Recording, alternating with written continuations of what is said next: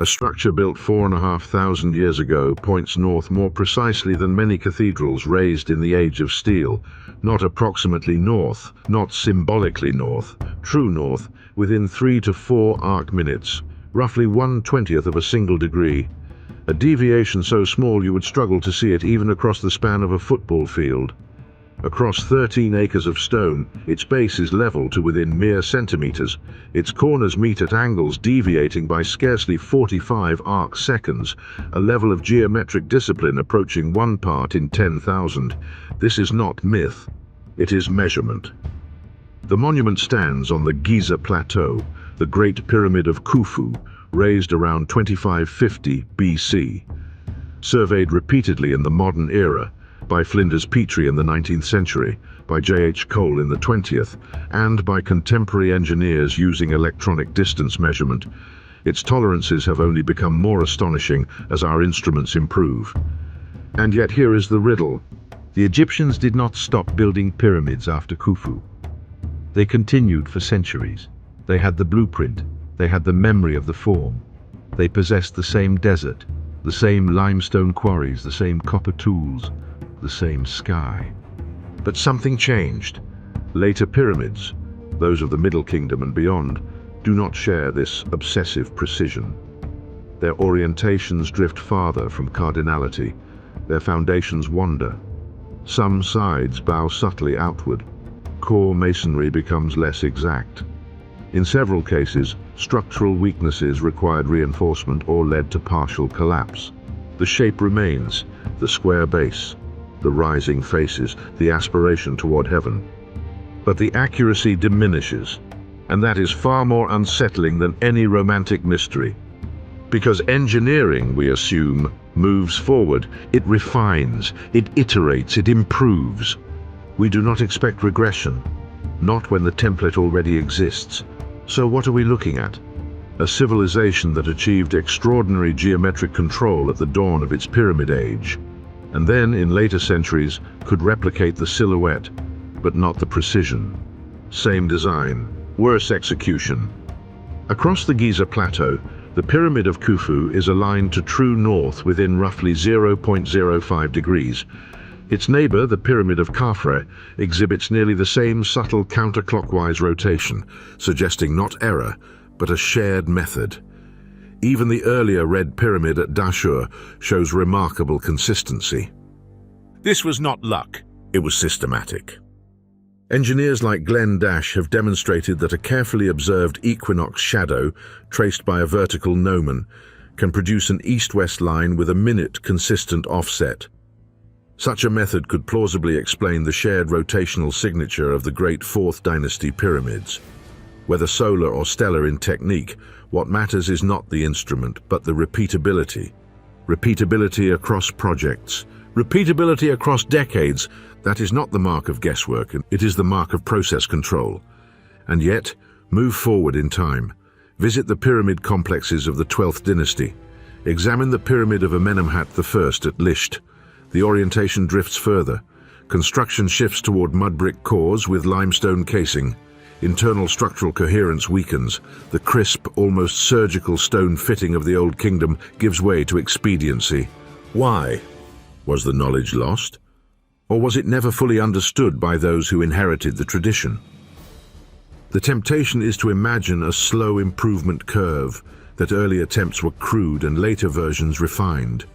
But the archaeological record suggests something more disconcerting. The highest precision appears early, not late. The Great Pyramid's base measures roughly 230 meters on each side, with differences between sides of less than 20 centimeters. Over such a span, this is a fractional error so small it rivals certain pre-digital industrial tolerances. Its foundation was cut directly into bedrock, possibly leveled using perimeter water trenches or systematic strip leveling, a method later suggested by surveyors mapping the Giza Plateau. This is not monument building as spectacle. This is monument building as calibration. So here is the contradiction that will not rest. If human knowledge accumulates, if techniques are refined through repetition, if trial and error inevitably converges toward greater accuracy, Then why does the pyramid tradition appear to peak at the beginning? Why does the geometry soften as centuries pass? We are accustomed to lost tools, to the disappearance of exotic materials or specialized alloys, but copper chisels remained available. Limestone remained abundant. Labor forces remained mobilizable. The religious impetus to build monumental tombs did not vanish overnight. What seems to fade is not the capacity to move stone. It is the capacity to control it to extreme tolerances. And precision, once achieved, should not easily evaporate. Unless precision depends on something more fragile than tools. Consider this carefully. To align a structure of that scale within a few arc minutes of true north requires more than astronomical observation. It demands error minimization across chained measurements. Cords stretch, rods warp, heat shifts tension. Human sight introduces bias. Small deviations compound across distance. Yet the Great Pyramid's corners meet with astonishing angular discipline. Modern analyses suggest the corner angle deviations are even smaller than the side length discrepancies, implying that angular measurement may have been controlled more rigorously than linear measurement. That is sophisticated thinking. It suggests an awareness of how error propagates. It suggests geometry practiced not as decoration but as governance. So when later pyramids drift, even slightly, we are not merely observing aesthetic decline. We are observing the loosening of a measurement culture. And that raises a question far larger than Egypt. What kind of society sustains millimeter-scale leveling across 13 acres of stone? What institutional stability is required to preserve angular methods across generations? How many surveyors must be trained, retrained, disciplined into shared standards? And what happens when that chain breaks? Because stone does not forget. It records drift. The Great Pyramid stands as a frozen coordinate, an assertion that for a brief moment in the Old Kingdom, human beings imposed extraordinary geometric order onto Earth itself. And then somehow, that level of order was never fully matched again within the same civilization. Later builders could copy the form. They could reproduce the silhouette against the desert sky. But the invisible discipline, the arc minutes, the arc seconds, the leveling across acres, quietly diminished. If engineering advances through accumulation, why did it regress in stone? Was this a loss of genius, a collapse of institutional memory, a shift in philosophy, or something subtler? Something about process itself that is easily achieved once and painfully difficult to sustain. Because if such precision can fade within a civilization that never lost its tools, what does that say about the fragility of our own baselines? And what precisely was lost? Stand before the Great Pyramid at dawn, and you are not merely looking at stone, you are standing inside a coordinate system. The Pyramid of Khufu does not simply approximate north. Its north-south axis deviates by only a few arc minutes, roughly 3 to 4, from true north. That is about 0.05 degrees. To grasp the scale of that achievement, imagine extending one of its 230-meter sides across a football pitch. The misalignment would be measured not in meters, not even in feet, but in inches. Now step sideways across the Giza plateau to the Pyramid of Khafra. Its orientation carries a similar, subtle counterclockwise deviation. Travel south to Dashur and observe the Red Pyramid of Sneferu. Again, extraordinary alignment. Again, consistency. This is the pattern that unsettles historians.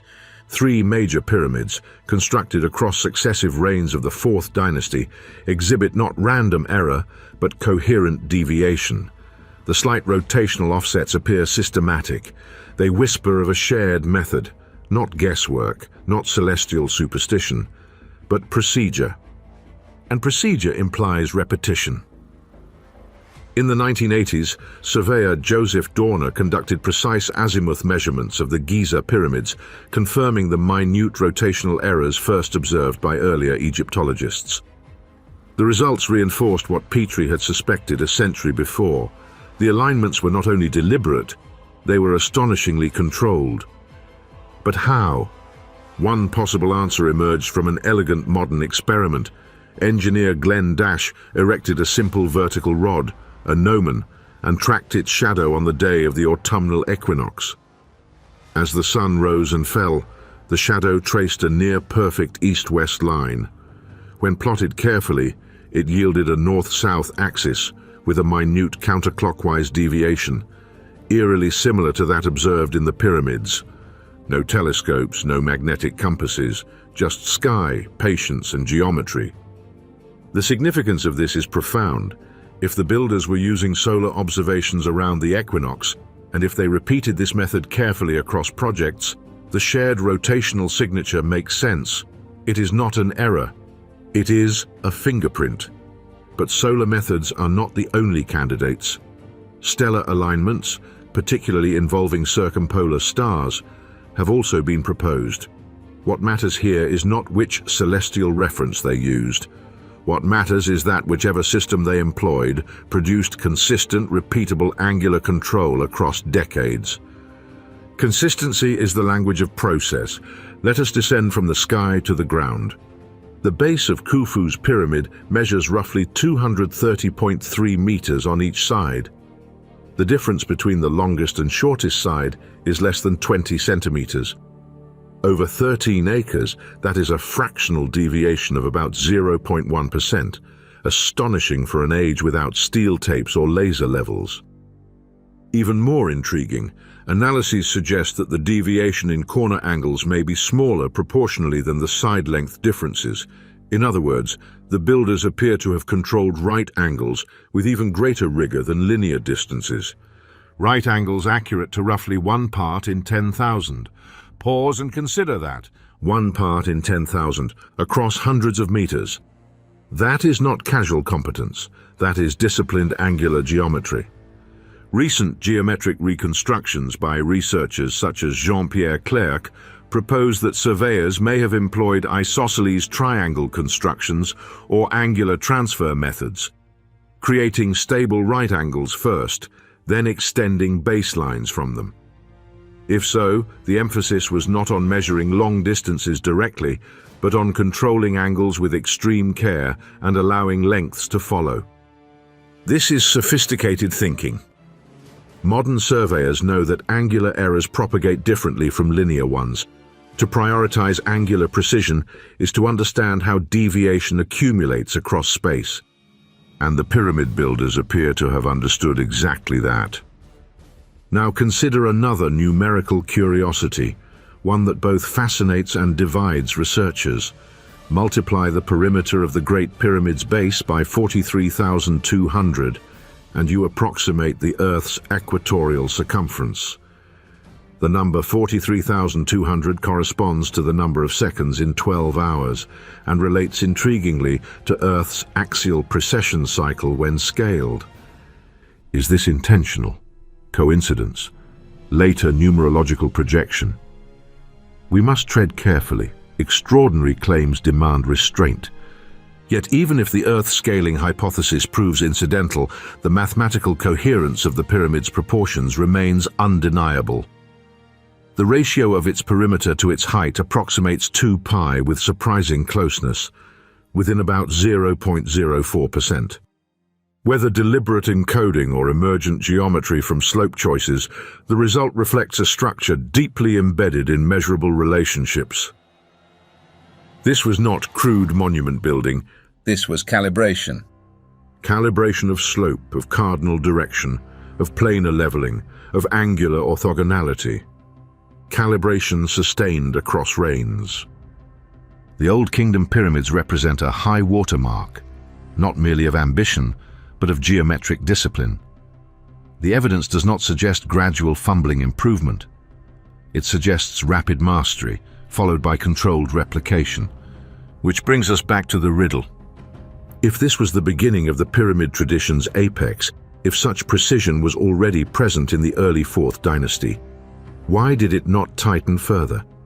Why did later generations not push the deviation from arc minutes to arc seconds?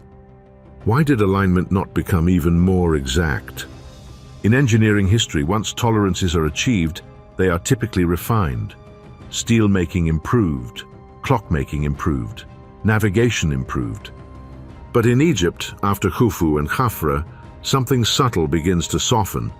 The orientation remains impressive, but not extraordinary. The leveling remains competent, but not surgical.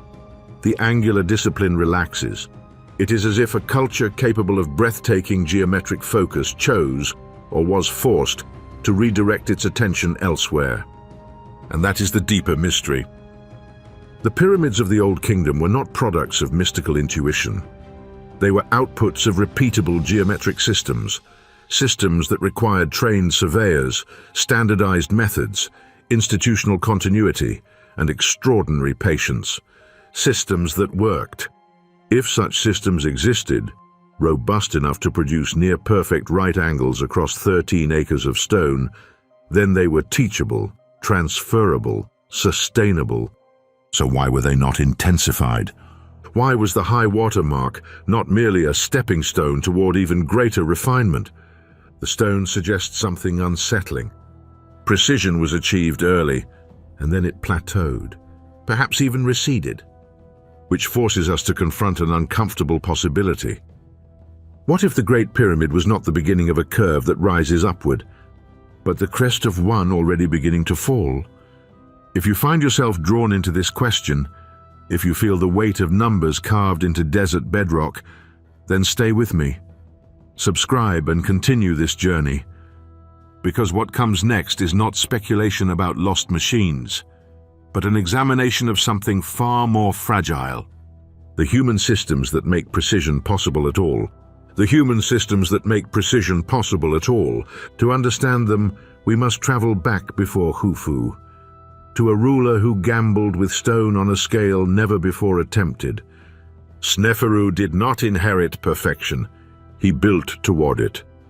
At Dashur, rising from the desert in a strange and almost uneasy silhouette, stands the bent pyramid.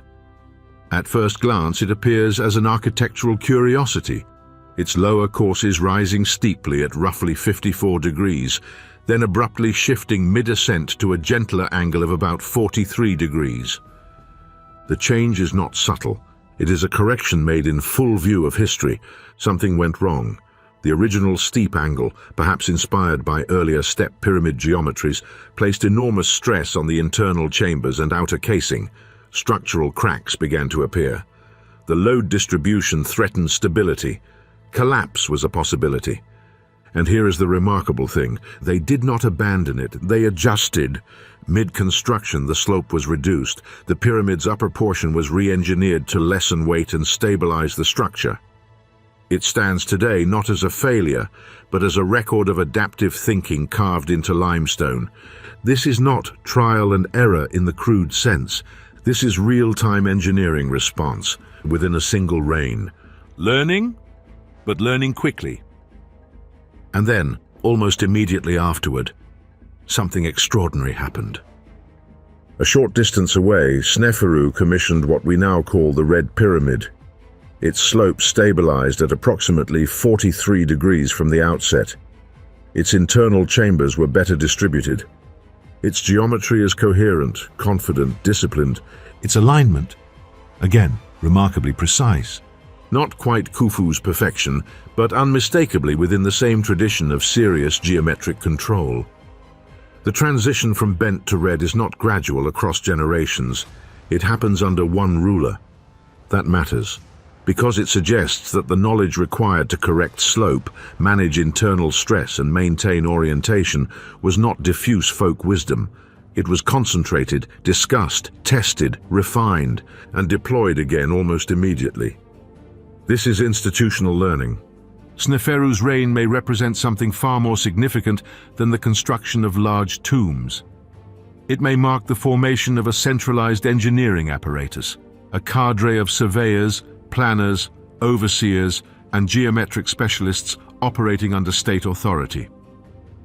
The bent pyramid is the experiment. The red pyramid is the controlled solution. When Khufu later builds at Giza, he inherits not primitive ambition, but an already matured system. This reframes the entire narrative. We are not witnessing accidental brilliance at Giza. We are seeing the culmination of an engineering culture forged under Sneferu, and that culture appears to have been systematic. Consider what slope correction implies. To alter angle mid-construction, one must understand load transfer, one must measure, one must calculate incline ratios, what the Egyptians called the seked, the horizontal run per vertical rise. That requires not abstract mathematics in the modern sense, but proportional reasoning with consistency. Consistency implies training. Training implies standardization. By the time the Red Pyramid rises, slope decisions are no longer experiments. They are chosen parameters. The internal corbelled ceilings distribute weight more effectively. The external casing blocks are laid with tighter coherence. We are witnessing the emergence of state-level engineering standardization. And standardization is powerful. It allows replication, it allows predictability, it allows precision to scale. Under Sneferu, Egypt was politically unified, economically stable, and administratively centralized. Resources flowed toward royal projects with extraordinary coordination. Quarrying operations, transport logistics along the Nile, labor mobilization, all appear synchronized. The engineering breakthrough may not have been a single discovery. It may have been organizational, an alignment of authority, knowledge, labor, and time. In such conditions, precision thrives. When Khufu commissions the Great Pyramid, he is not beginning from ignorance. He is building atop a tested framework, one that has already survived structural crisis and corrected itself. The Bent Pyramid teaches. The Red Pyramid stabilizes. The Great Pyramid perfects. This is not myth, it is progression visible in stone. But progression of a very particular kind, not technological explosion, not new tools. The copper chisels did not change dramatically between Sneferu and Khufu. The limestone quarries did not evolve chemically. The desert sky did not offer new stars. What changed was procedural mastery. The ability to design slope correctly from the outset. The ability to maintain angular discipline across expanding scales. The ability to organize thousands of workers around shared geometric intent. This was not merely architecture, it was governance through measurement. And yet here we encounter a delicate tension. Standardization requires more than knowledge. It requires stability, stable leadership, stable administration, stable transmission of skills. What happens to a culture of measurement when political coherence fractures, when resources thin, when religious emphasis shifts, when administrative memory disperses? Sneferu's reign appears in retrospect as a crucible, a moment when the Egyptian state achieved an extraordinary convergence of authority and geometry. But such convergence may be fragile. The Bent Pyramid reveals vulnerability. The Red Pyramid demonstrates correction. The Great Pyramid reveals apex. After that, something begins to soften. Was Sneferu's generation uniquely positioned? Did a small cadre of master surveyors institutionalize methods that later rulers struggled to sustain? Did training pipelines narrow? Did economic pressures redirect attention? Because if precision depends on state-level engineering standardization, if it requires centralized oversight and disciplined geometric culture, then its survival is contingent. Contingent on politics, on stability, on social cohesion. We tend to imagine ancient Egypt as monolithic and eternal. But it was a living system, subject to famine, succession disputes, administrative fatigue. And precision is expensive. It consumes time. It demands patience. It requires refusal to accept good enough. Under Sneferu, that refusal appears fierce. Under Khufu, it becomes monumental. But if such refusal depended on fragile social conditions, then the seeds of regression were always present. And that leads us to an unsettling possibility. Perhaps nothing mystical was lost. Perhaps no secret instrument vanished. Perhaps what eroded was the very condition that made systematic precision possible. If that is true, if the breakthrough under Sneferu was organizational rather than technological, then the next question is unavoidable. How resilient was that system? And how easily could it unravel? To find the answer, we must move forward in time, several centuries beyond Sneferu and Khufu, into a different Egypt. The Middle Kingdom. The pyramids do not disappear. They continue to rise from the desert floor, preserving the familiar silhouette. Square base, four faces, apex aimed toward eternity. But something has changed. Travel north to Lisht and stand before the Pyramid of Amenemhat I. At first glance, the form is reassuringly recognizable. The proportions echo Old Kingdom precedent. The intent is unmistakable, yet the structure tells a different story under scrutiny.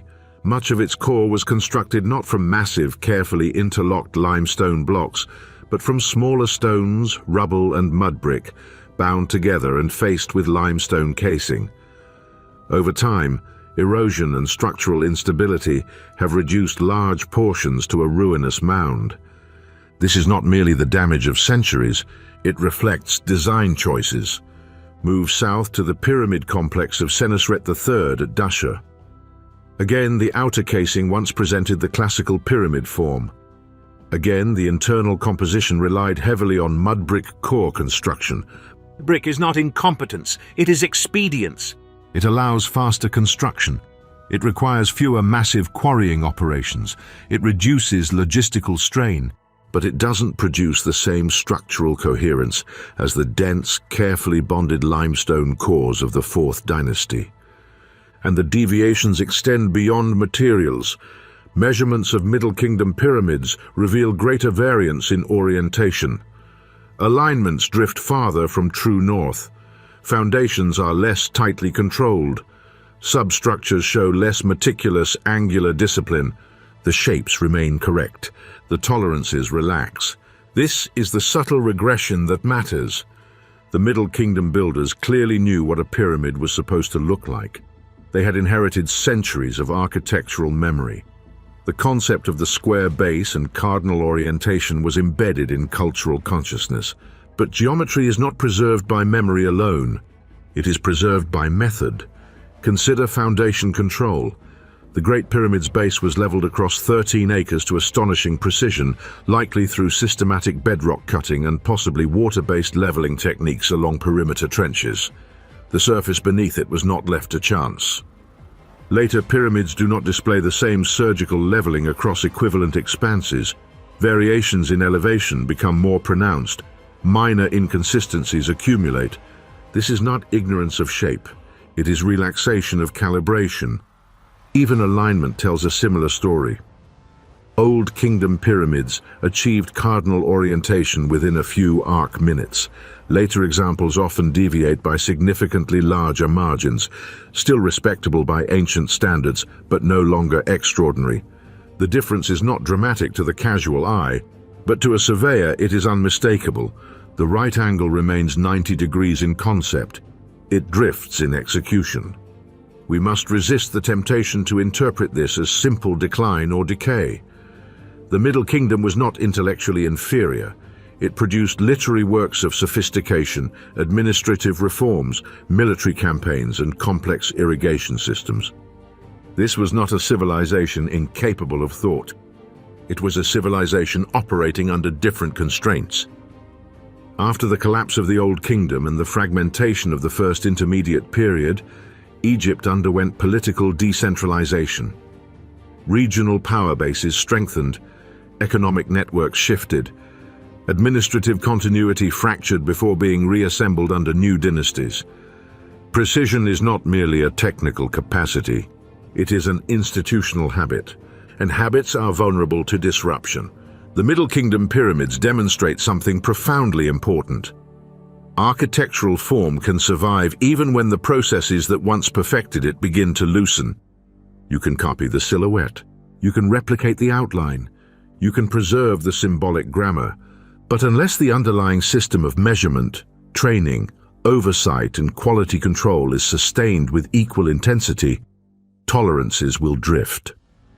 The builders of Amenemhat I were not incompetent imitators, they were inheritors working within altered institutional frameworks.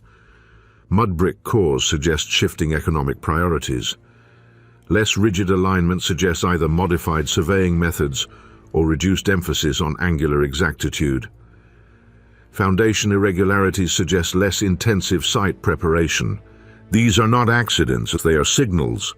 Signals that the pyramid had transformed from a geometric statement of state power to something more symbolic, more theological, perhaps more economical.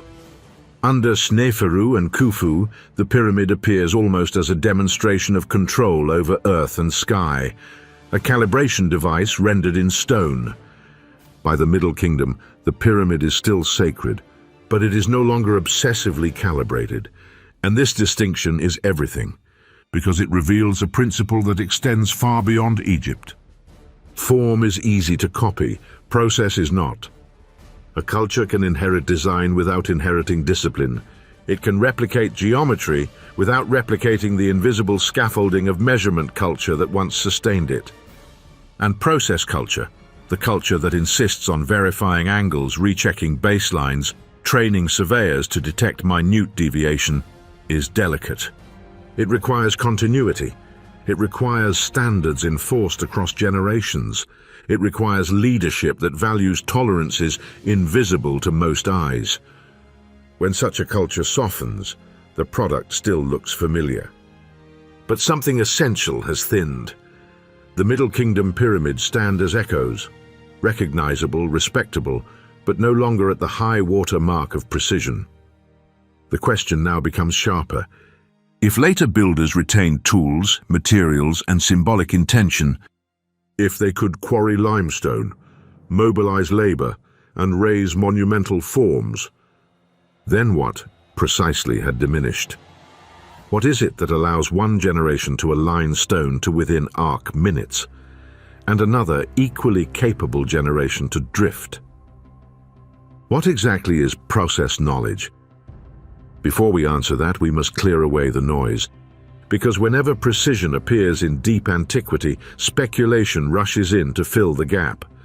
Aliens, lost supermachines, advanced civilizations erased by catastrophe, diamond-tipped drills, anti-gravity devices, secret energies humming beneath the limestone. It is a seductive reflex. The Great Pyramid is aligned within arc minutes of true north. Therefore, it must have required impossible technology. But impossibility dissolves under measurement. Copper tools have been recovered from quarry sites.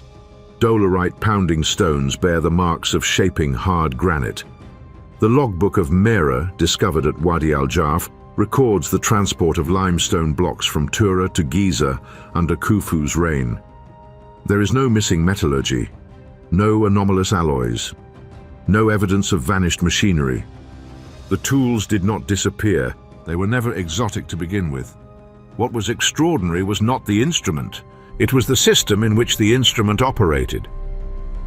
Consider the ritual known as the Pedj, the stretching of the cord. Reliefs from later periods depict the pharaoh ceremonially aligning temple foundations with the assistance of the goddess Seshat. Whether literal or symbolic, the imagery reveals something profound. Orientation was sacred. Measurement was ritualized. The act of establishing a baseline was not casual, it was cosmic. The Egyptians possessed instruments such as the merket, a simple sighting tool likely used in conjunction with plumb lines to observe stars crossing the meridian. By tracking circumpolar stars, those that never set below the horizon, surveyors could determine true north with impressive accuracy. These were not mystical devices. They were precise within their context. But here is where process knowledge begins to reveal itself. A cord can measure distance, but a cord stretches. Experimental reconstructions show that organic fiber cords can elongate by as much as 2% under tension and environmental fluctuation. Over short spans, this distortion is trivial. Across 200 meters, it becomes catastrophic. If a baseline is laid with stretched cord, error propagates. Every subsequent measurement compounds the deviation. But wooden rods, especially when cut across grain and standardized in length, are more stable. Rods can be linked sequentially. They can be checked against master standards. They can be recalibrated. The difference between cord and rod is not technological sophistication. It is procedural discipline. If Old Kingdom surveyors understood the distortion risk of chord stretch and compensated through rod-based chaining, or through repeated angular verification rather than linear accumulation, they were practicing something akin to early systems engineering. They were controlling error propagation. Error propagation is invisible to the eye. It requires abstract thinking. Imagine establishing one corner of a pyramid. You set a right angle using an isosceles triangle construction or by observing stellar transits. You extend two perpendicular lines outward. If the angle is slightly off, by even a fraction of a degree, the error magnifies as the lines lengthen. By the time you reach 200 meters, the deviation becomes measurable in meters. Yet the Great Pyramid's corner angles deviate by mere arc seconds. That does not happen accidentally. It happens when angular verification is repeated, cross-checked, stabilized. Repeatability becomes the governing principle. Repeatability over brilliance. A single genius surveyor is not enough. The method must survive fatigue, weather, leadership changes, and generational turnover. The PDJ's ceremony may have symbolized more than religious alignment. It may have embedded measurement into cultural identity. If the act of stretching the cord was overseen by trained officials operating under standardized procedures, then geometry became bureaucratized. And bureaucratized geometry is powerful, but bureaucracies are fragile. They depend on stable administration, on documentation, whether written or tacit, and on shared training protocols. If training pipelines narrow or fragment, precision degrades. Notice something subtle. We do not possess Egyptian engineering manuals from the Old Kingdom detailing angular correction methods. We have mathematical papyri from later periods, such as the Rhind mathematical papyrus, showing competence with fractions and geometric reasoning. But the specific surveying procedures used at Giza remain largely unwritten, which suggests much of the knowledge may have been tacit. Tacit knowledge is knowledge embodied in practice rather than text. How tightly to tension a rod, how to sight a star against a plumb line, how many times to recheck a corner before committing to stone. Tacit knowledge is extraordinarily difficult to reconstruct once broken. Lose a generation of master surveyors, and the shape can still be copied, but the invisible tolerances soften. This reframes the mystery. The regression from Old Kingdom precision to Middle Kingdom looseness does not require lost lasers.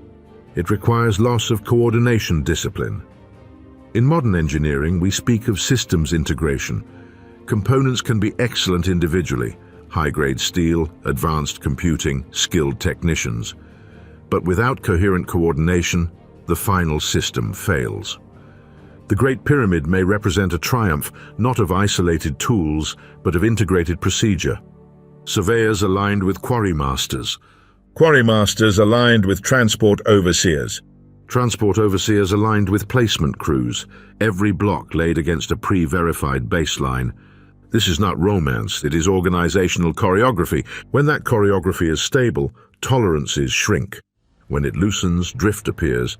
The alien hypothesis is appealing because it externalizes mystery. It attributes precision to outside intervention. But it fails to explain the bent pyramid's mid-course correction. It fails to explain the measurable evolution from Sneferu to Khufu. It fails to account for the consistency across projects. There is no sudden intrusion of advanced technology. There is gradual institutional consolidation. And perhaps gradual institutional dilution. The real question is not what machines were lost. It is what systems of coordination decayed. In any complex build, brilliance is not the rarest commodity. Discipline is. Repeatability is.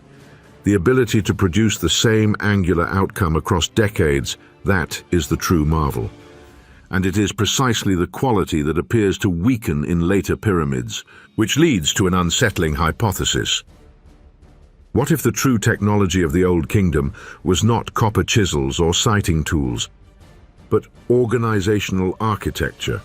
What if the miracle was not extraterrestrial intervention, but the emergence of a centralized, measurement-obsessed state apparatus that enforced geometric discipline as an expression of cosmic order. And if that is so, if the real innovation was procedural rather than mechanical, then the most fragile component was not the tool, it was the human network that sustained it.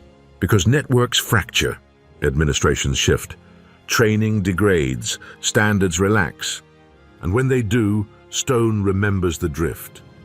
So perhaps nothing mystical was lost. Perhaps what faded was something quieter, something harder to see. Something that does not fossilize easily in the archaeological record, a culture of repeatable precision. And if that was the true technology, what if the greatest invention of the Old Kingdom was not a machine, but a way of organizing human beings around measurement itself? A culture of repeatable precision does not announce itself with spectacle. It reveals itself in numbers, quiet numbers, arc minutes, centimeters, seconds of deviation so small they vanish to the naked eye, yet remain etched into stone for millennia. In the early 21st century, modern engineers returned to Giza not with speculation, but with instruments. Using electronic distance measurement and statistical reconstruction, researchers such as Glenn Dash examined the surviving casing stone sockets and foundation traces along the base of the Great Pyramid. The goal was simple in principle, formidable in practice: reconstruct the intended baseline from fragmentary evidence. Because erosion has stripped much of the original casing, the visible edges today do not perfectly represent the original lines. So the approach required mathematical modeling. Points along the remaining foundation perimeter were recorded, dozens of them, and then subjected to linear regression analysis. A best-fit straight line was calculated for each side. The results were unsettlingly precise. Even after accounting for surface irregularities and measurement uncertainty, the reconstructed sides converge on lines whose azimuth deviates from true north by roughly 3 to 4 arc minutes. That is approximately 0.05 degrees. To appreciate the scale, over a length of 230 meters, an angular error of 0.05 degrees produces a lateral deviation of about 20 centimeters at the far end. And that is almost exactly the magnitude of variation observed between the pyramid's sides. The implication is not that they achieved mathematical perfection. The implication is that their error margin behaves exactly as predicted by a tightly controlled angular baseline extended over long distance. But something even more revealing emerges when one examines the corner angles. Survey data indicate that the deviations from a perfect right angle, 90 degrees, are extraordinarily small. In some analyses, the mean deviation is on the order of 45 arc seconds. 45 arc seconds. There are 3,600 arc seconds in a degree. This means the angular deviation is approximately 0.0125 degrees. Across 230 meters, such a deviation would translate into mere centimeters of displacement. Here lies the paradox. The side lengths vary by up to roughly 20 centimeters, but the corner angles are even more tightly constrained. In other words, angular precision appears to exceed linear precision. That is not accidental. In measurement science, angles and lengths propagate error differently. If one prioritizes angle control and then extends length outward, linear deviations accumulate proportionally to distance. But if angle itself drifts, the error magnifies dramatically across the entire structure. The data suggest that the Old Kingdom surveyors understood this hierarchy intuitively, perhaps not in algebraic form, but in practice. They mastered the baseline angle first. Length followed. One proposed reconstruction of their method involves what has been termed the Advanced Theoretical Measurement and Reconstruction Approach, sometimes abbreviated as ATMR in scholarly discussions. While terminology varies, the core idea is straightforward. Establish a highly controlled right angle using geometric constructions, then replicate it systematically. How might that have worked? Imagine constructing an isosceles triangle on the ground, two equal sides carefully measured. The base angles by definition are equal. If the lengths are controlled and the apex positioned precisely, a perpendicular bisector can be derived with significant accuracy.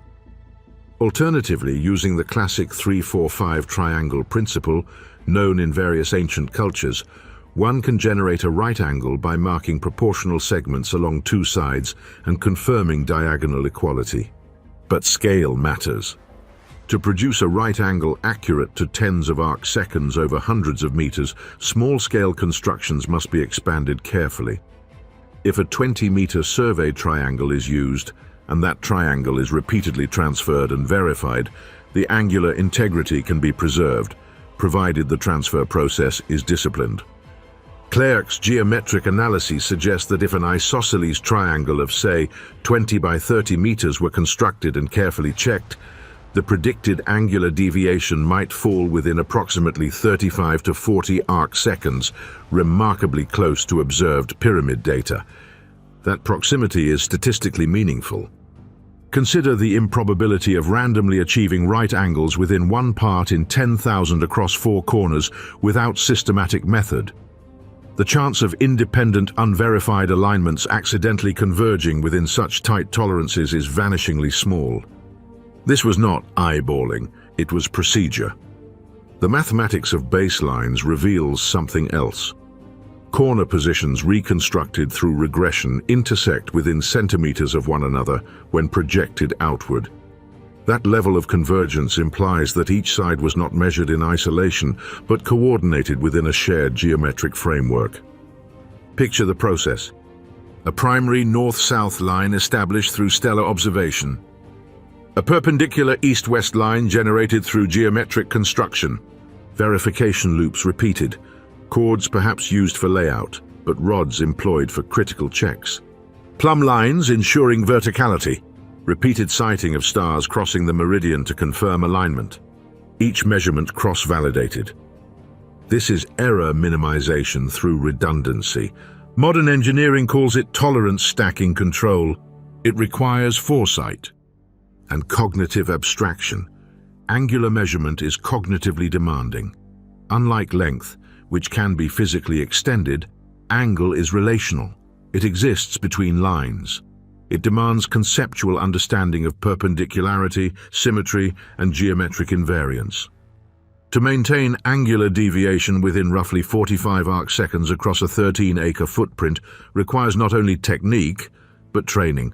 Training repeated across teams. Training sustained across decades. And here we encounter the deeper implication.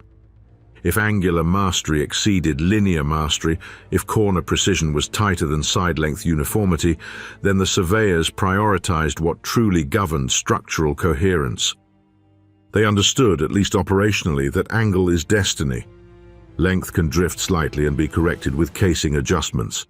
Angle drift reorients the entire monument, so they controlled angle first. And that level of cognitive emphasis does not emerge casually. It must be taught. It must be supervised, it must be institutionalized. Because the mathematics of baselines is unforgiving.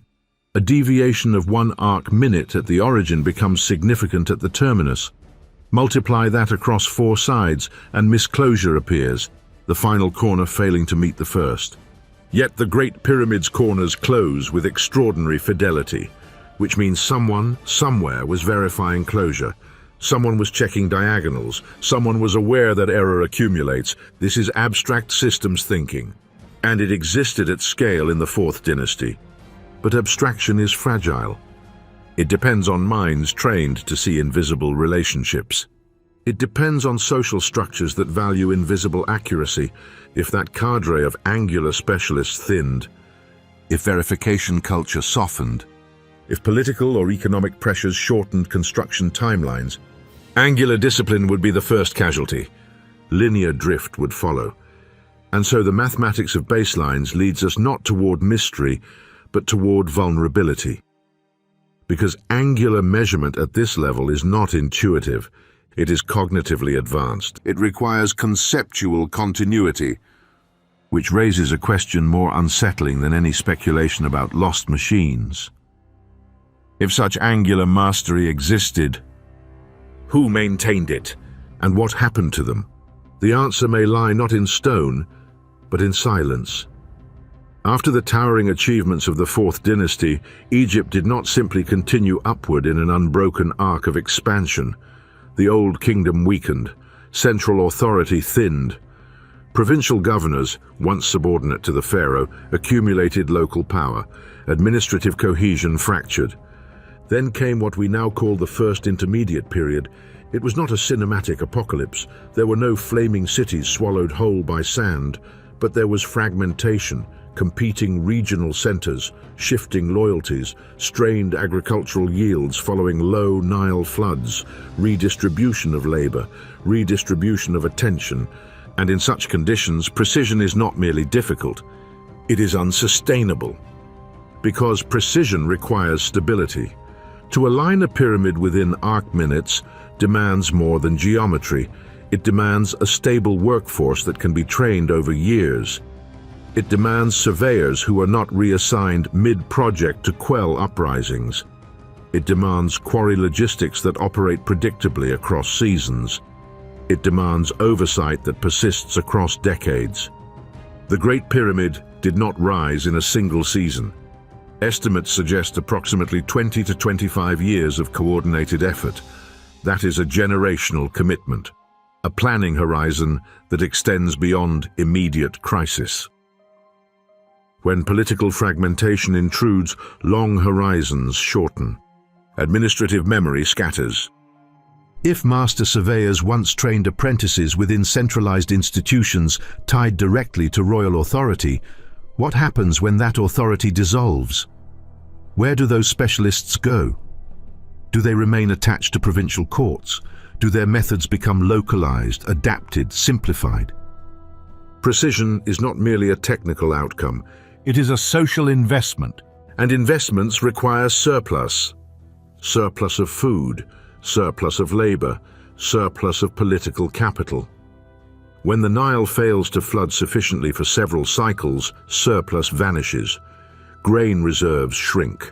Labor must return to fields.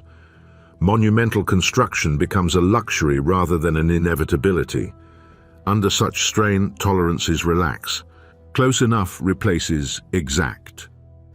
We often imagine technological regression as dramatic, as if blueprints are burned and tools shattered. But regression can be subtle. It can manifest as shortened verification cycles, as fewer cross-checks, as diminished redundancy. Perhaps under Sneferu and Khufu, surveyors verified angular baselines repeatedly over weeks before laying foundation stones. Perhaps under later, strained administrations, such repetition was abbreviated. The result would not be visible in casual inspection. It would appear only in arc minutes. Political fragmentation also disrupts institutional continuity.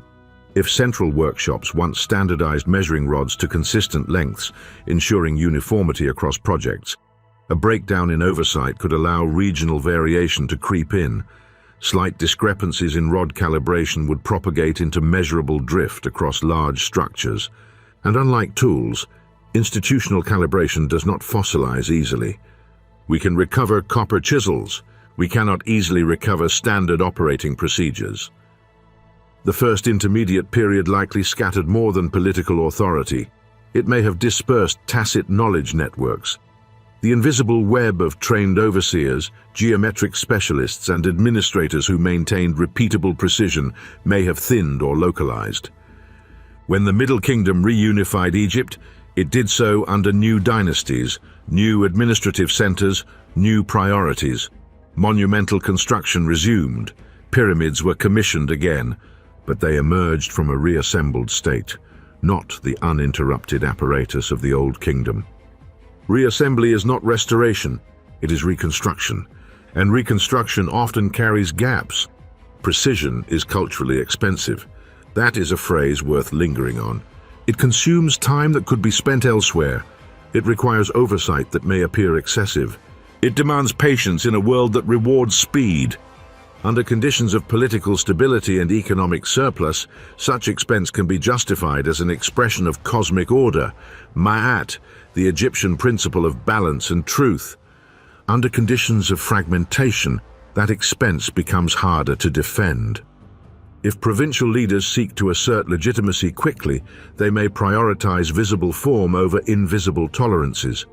A pyramid that looks correct satisfies symbolic expectation. A pyramid aligned within 3 arc minutes rather than 7 may not, and yet the difference is everything, because it signals whether a measurement culture is thriving or thinning. Long planning horizons are perhaps the most fragile component of all. The Great Pyramid required not only decades of labor, but confidence that decades would remain available. That confidence rests upon political continuity, upon belief in the durability of the state. When stability wavers, horizons contract. Projects shrink. Verification cycles shorten, redundancy diminishes, precision erodes quietly. We must also consider workforce stability. Skilled surveyors cannot be improvised. They must be trained, apprenticed, embedded within institutional memory. If famine, migration, or political upheaval interrupts training pipelines, a generation of angular specialists could thin rapidly. And because angular mastery is cognitively demanding, abstract, relational, non-intuitive, it is not easily reconstructed from scratch. The shape of a pyramid can be copied by eye. The invisible discipline of angle closure cannot. When we observe Middle Kingdom pyramids with slightly looser alignments and more variable foundations, we are not witnessing ignorance. We are witnessing reconfiguration under altered constraints. Precision requires continuity. Continuity requires stability. Stability requires surplus. Surplus requires environmental and political coherence. When any of these variables falter, measurement culture becomes vulnerable. This is not unique to Egypt. History offers parallels. Roman concrete formulas later forgotten. Metallurgical techniques that vanish when trade networks collapse. Astronomical observatories abandoned when patronage dries up. The tools may remain, the culture that binds them coherently may not. And so the fragility of precision becomes clear. It is not carved solely in limestone. It is carved into institutions, into bureaucracies, into rituals like PDJs that encode measurement as sacred duty. When those institutions fragment, the decline is not theatrical. It is incremental, arc minute by arc minute. Which brings us to the uncomfortable threshold. If precision is culturally expensive, if it depends on long horizons and stable coordination, then what happens when stability collapses? What happens to a civilization's measurement culture when its political baseline begins to drift? When stability collapses, measurement culture does not shatter in a single audible break. It thins, it localizes, it becomes inconsistent, and eventually the regression is visible, not in texts, not in declarations of decline, but in stone. History gives us uncomfortable precedents. Consider Roman concrete. The marine harbors of the Roman Empire, built between the 2nd century BCE and the 2nd century CE, used a mixture of lime and volcanic ash known as pozzolana. Modern mineralogical analysis shows that Roman seawater concrete formed rare crystalline structures such as aluminum tobermarite and philipsite when exposed to salt water. These crystals actually strengthened the material over time. Core samples from Roman harbor structures demonstrate compressive resilience and chemical durability that modern Portland cement often struggles to match in marine environments. Yet after the collapse of centralized Roman administration in the West, that precise formulation and its large-scale marine application disappeared. Medieval builders did not inherit the exact recipe. The knowledge did not vanish in a blaze of destruction. It diffused, fragmented, and lost institutional continuity. The result was technological regression without a global catastrophe. Or consider Damascus steel. Blades produced in the Near East between roughly the 3rd and 17th centuries CE exhibited distinctive watered patterns and extraordinary mechanical properties. High hardness combined with resilience. Metallurgical research suggests that these properties resulted from a specific crucible steel process involving trace impurities such as vanadium and controlled thermal cycling that produced cementite nanostructures. By the 18th century, the original production method had been lost. Modern metallurgists have partially reconstructed it through experimentation, but the historical continuity was broken. Again, no single cataclysm explains its disappearance. Trade routes shifted, ore sources changed, knowledge transmission fractured. Then there is the Antikythera mechanism, recovered from a shipwreck dated to around 60 to 70 BCE.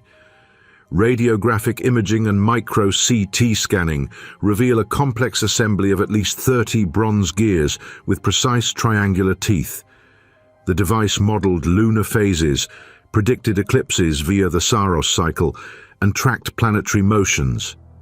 Gear ratios encoded astronomical periodicities with remarkable accuracy. Nothing comparably sophisticated in geared astronomical computation appears again in the historical record for over a millennium. Medieval Europe would not produce similar clockwork complexity until the 14th century. The Antikythera mechanism was not followed by a steady upward curve of mechanical computation. It was an isolated spike, brilliance without durable replication. These cases challenge a deeply ingrained assumption that technological progress is linear.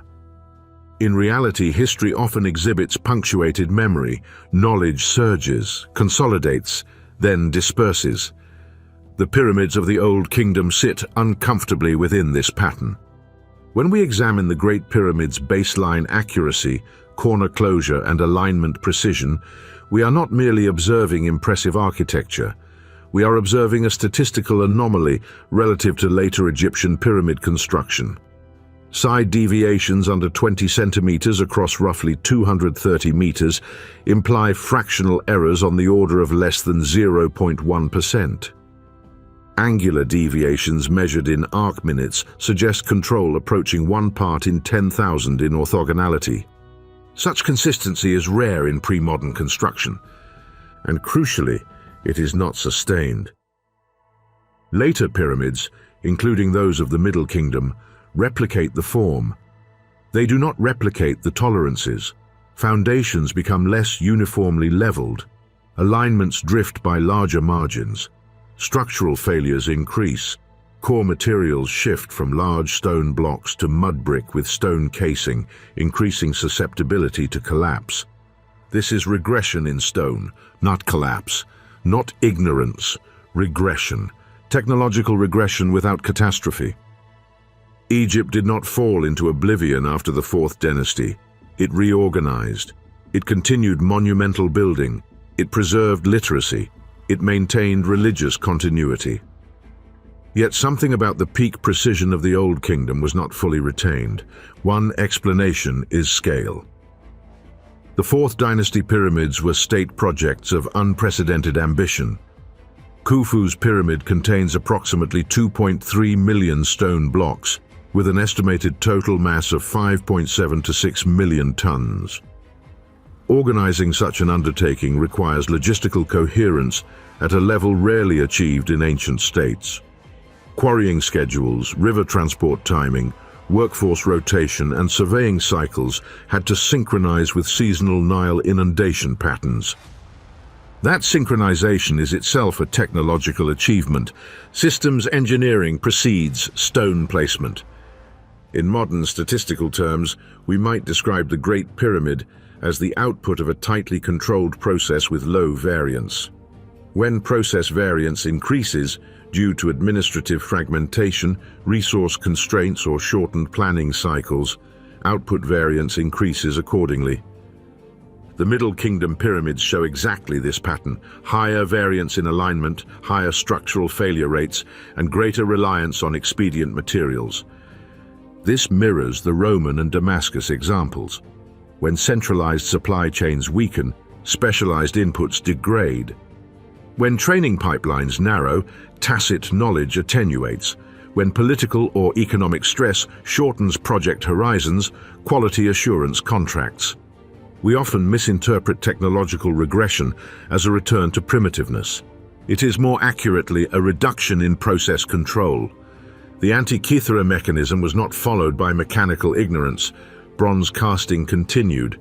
Astronomy advanced in other forms, But the integrated system that combined high-precision gear cutting, astronomical modeling, and compact mechanical encoding did not become institutionalized. It remained episodic. What if the Old Kingdom pyramids represent a similar episodic peak? Consider the cognitive load required for systematic angular control without optical instruments. Achieving cardinal alignment within a few arc minutes likely required stellar observations over multiple nights, careful bisecting of star transit points, and geometric transfer of those observations to ground baselines. Each step introduces potential error. To maintain cumulative deviation under a few arc minutes implies repeated verification cycles and redundant measurement strategies. That redundancy is expensive. It consumes nights of observation. It requires trained observers who understand error propagation. It demands coordination between astronomers, surveyors, and construction overseers. If even one component of that coordination weakens, fewer observation nights, less cross-checking, less standardized rods, variance increases. In the case of Roman concrete, mineralogical precision depended on consistent volcanic ash sources, standardized lime production, and centralized engineering oversight. Remove any element, and durability declines. In the case of Damascus steel, crucible composition and thermal cycling discipline required experienced smiths with access to specific ores and trade networks. Disrupt trade, and the microstructure changes. In the case of the Antikythera mechanism, gear-cutting precision and astronomical theory coexisted in a narrow intellectual and material ecosystem. That ecosystem did not scale. The Old Kingdom pyramids may represent Egypt's scaled version of such an ecosystem, but at monumental scale rather than mechanical miniature. A state-level alignment of astronomy, geometry, labor logistics, quarrying, and ritual ideology converged under Sneferu, Khufu, and Khafre. The convergence produced structures that remain statistically anomalous in their precision. But convergence is fragile. When we overlay climatic data, such as Nile flood variability inferred from sediment cores and nilometer inscriptions, with periods of political stress, we see potential stressors that could strain surplus. Lower flood levels correlate with food shortages, which correlate with administrative strain. Over decades, such strain could thin the training and verification cycles necessary for extreme geometric control. Regression need not be dramatic. It can manifest as a shift from 3 arc minutes to 8 arc minutes, from 5 centimeters to 20 centimeters, from stone cores to mud brick cores, from multi-decade planning horizons to compressed construction cycles. And once precision drifts beyond a threshold, the culture of measurement recalibrates to a new normal. The form survives. The system that once minimized variance does not. We assume that humanity climbs a steady ladder of improvement, that once something is achieved, it is secured permanently. But history suggests something more volatile. Peaks appear, valleys follow, memory fragments. Reconstruction occurs, often without fully restoring the prior state. The Antikythera mechanism did not herald an age of widespread mechanical computers. Roman concrete did not evolve smoothly into modern cement chemistry. Damascus steel did not become a continuous metallurgical tradition. What if the pyramids of the 4th dynasty were Egypt's Antikythera moment, but magnified across millions of tons of limestone? Not alien technology, not mystical secrets, a convergence of stable governance, surplus resources, institutional continuity, and systematic process control that briefly minimized variance at an extraordinary scale. And when that convergence loosened, the variance widened. If that is true, then the pyramids are not simply monuments of ancient ambition. They are frozen statistical spikes, moments when measurement culture peaked and then regressed without apocalypse, which leads to a final unsettling thought. If technological regression can occur without catastrophe, if brilliance can appear, scale, and then diffuse, then what other Antikythera scale moments have we already forgotten? And how would we recognize them if all that remained were the stone? The Old Kingdom pyramids were more than monuments. They were not merely stone piled skyward. They were the crystallization of a state's capacity to synchronize thousands of humans across time and space. Every block placed, every baseline measured, every corner squared required coordination on a scale unprecedented in human history. And coordination, unlike stone, does not fossilize easily. It leaves traces only in the subtle alignments, the tolerances, and the records of those who observed the work unfold. Consider the logistics of the Great Pyramid. Recent analyses of the Great Papyri, the account books of a chief inspector overseeing transport from the Tura quarries, reveal a level of bureaucratic sophistication that challenges assumptions about prehistoric administration. Stone blocks weighing 15 tons or more had to travel over 60 kilometers along the Nile. Transport required timing to the river's seasonal fluctuations, synchronization of barges, allocation of manpower, and coordination with construction crews at Giza. Any disruption could introduce cascading delays and potentially compromise the careful placement of blocks calibrated to precise baselines. Yet the system worked with astonishing reliability. But logistics alone do not explain the geometric mastery. The foundation of the pyramid sits partially atop natural bedrock and partially upon platforms artificially leveled across irregular terrain. Some theories suggest a series of stepped platforms or perimeter leveling strips were employed, allowing surveyors to reference consistent height points across 13 acres. Each platform, each cut into the bedrock, had to be aligned with the cardinal points established through stellar observation.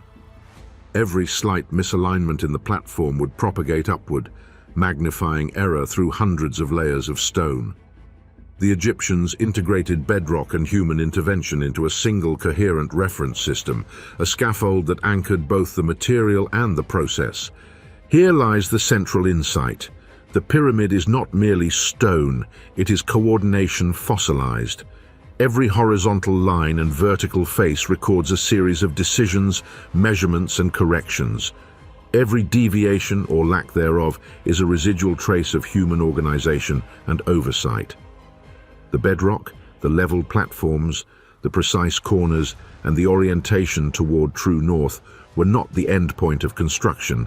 They were instruments of measurement themselves. The structure encoded in physical form the operational habits of a civilization. This demands a deeper understanding of reference frames. Precision at the scale of the Great Pyramid requires shared points of origin, mutual understanding of direction, and agreement on standards that persist over months and years. Surveyors could not work in isolation. Teams had to trust that previous measurements were reliable. Chords, rods, plumb lines, and stellar observations were all relative to a common frame of reference, a mental and physical map that transcended individual crews. The consistency of corner angles, the linearity of sides across hundreds of meters, the leveling of platforms, all depend on this shared conceptual framework. Without it, cumulative errors would overwhelm the structure. Geometry, in this sense, is a form of social power, a manifestation of collective discipline. State power was encoded not only in the ability to organize labor, but in the capacity to maintain that reference frame across generations. Workers could be mobilized seasonally, rotated between quarry, river, and construction site, yet each team needed continuity with the last. Surveyors trained in stellar alignment had to communicate procedures to apprentices. Measurement rituals, the repetition of observation and verification, ensured that error did not drift beyond tolerable thresholds. Without the authority of centralized governance, without mechanisms to enforce protocol, the reference frame itself becomes unstable. Yet, even in an environment of centralized authority, the system was fragile.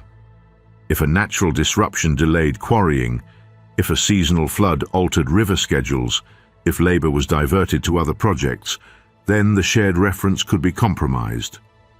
Minor deviations in block placement or baseline alignment could propagate unnoticed for layers until the pyramid's cumulative geometry began to depart from its idealized plan. That is why, despite remarkable resilience, even Old Kingdom pyramids display minute imperfections. They are the fingerprint of process. Errors are the human signature on a vast, coordinated effort. The concept of geometry as state power also extends to symbolic intent. Aligning a massive stone structure with celestial poles was a demonstration of cosmic order mirrored in administrative order. The state claimed not just physical territory, but the capacity to impose human understanding onto nature itself. The pyramid becomes a manifesto written in stone, the geometry of the cosmos harnessed through human coordination.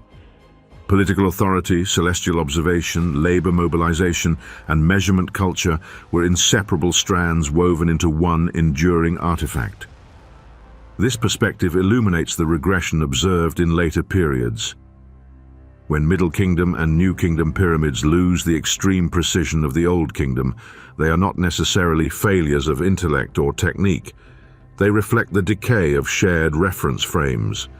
Fragmented authority, reduced planning horizons, and shifting economic pressures prevent the maintenance of the collective mental map that sustained previous generations.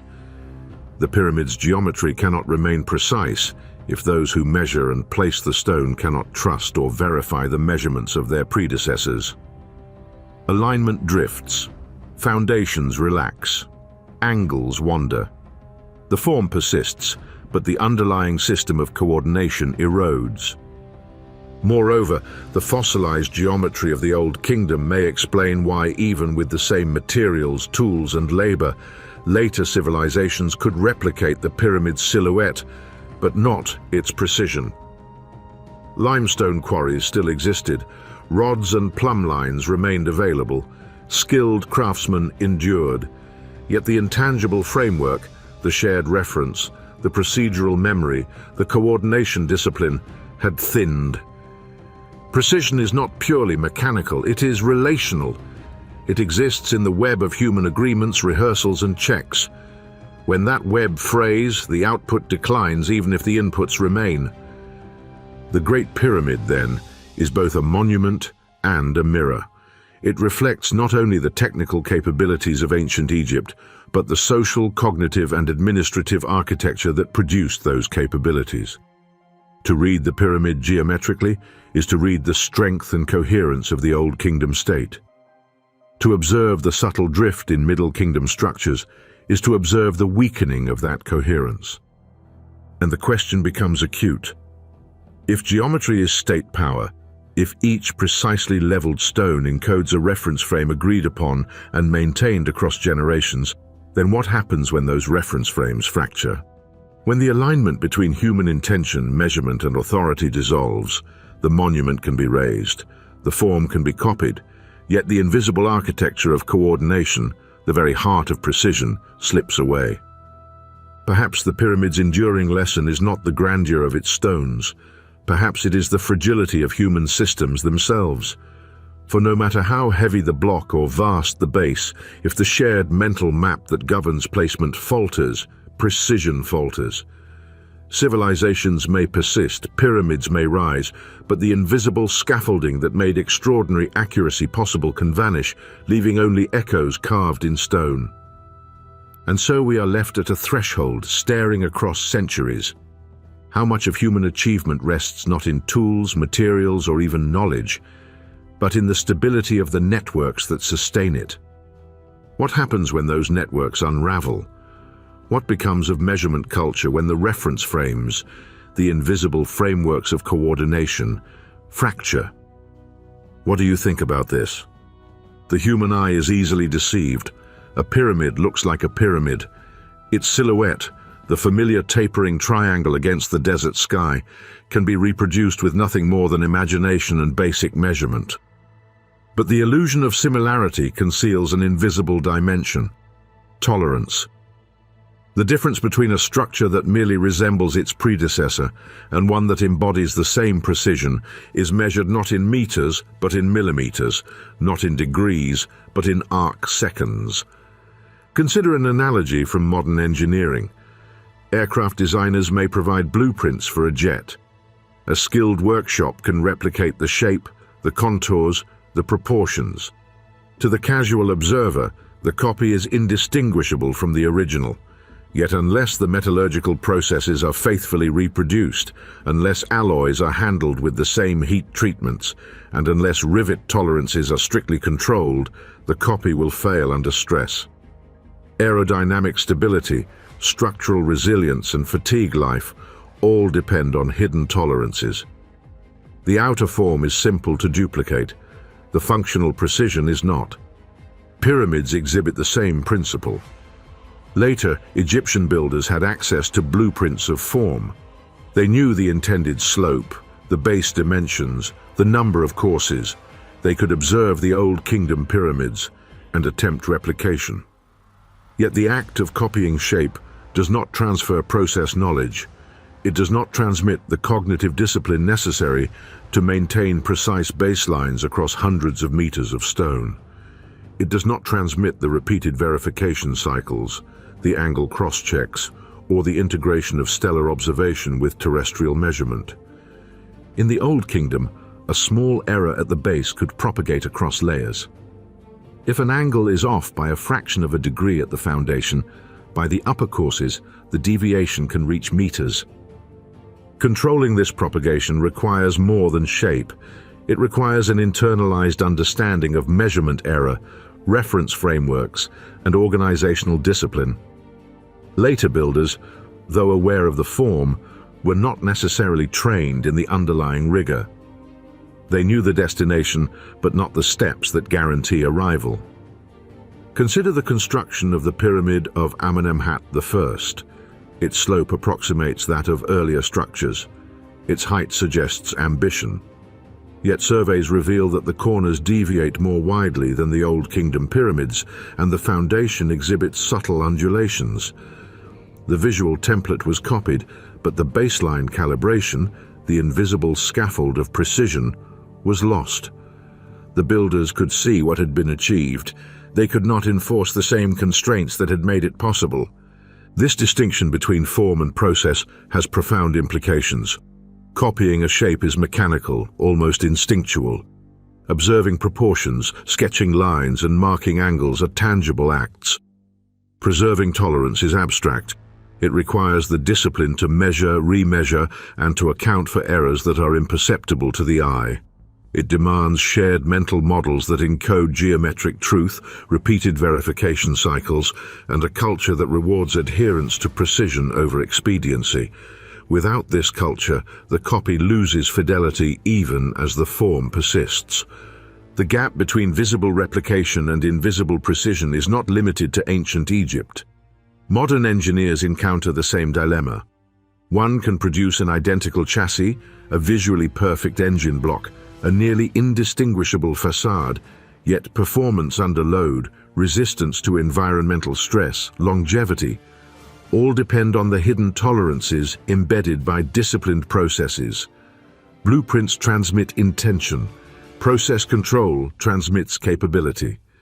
Applied to pyramids, this explains the persistent mystery. Why later structures often drifted in alignment, sagged in foundations, or bulged along their faces, even when shapes were imitated with care.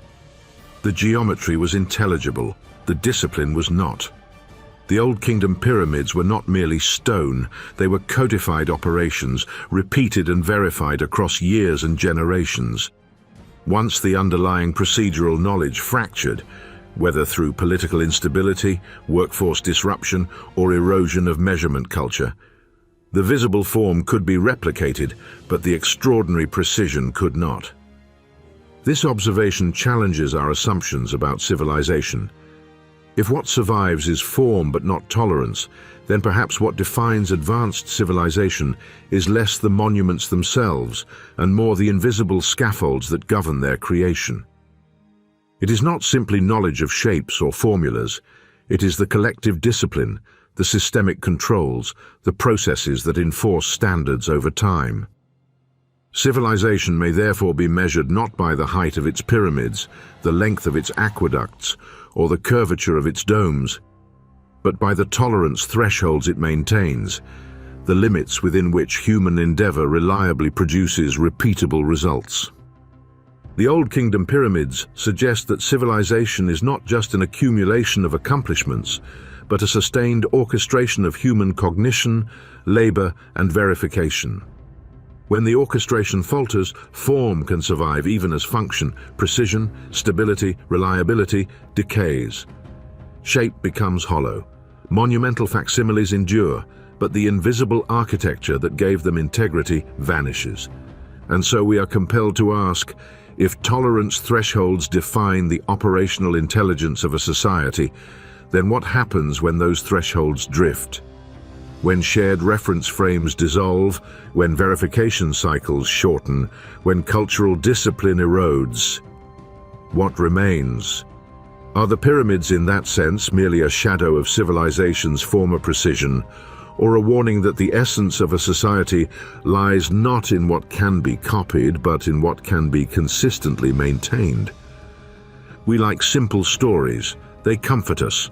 They suggest a steady march from ignorance to mastery. Build, fail, correct, improve, trial and error, a principle as old as human curiosity itself. And yet, the Old Kingdom pyramids force us to reconsider this comforting narrative.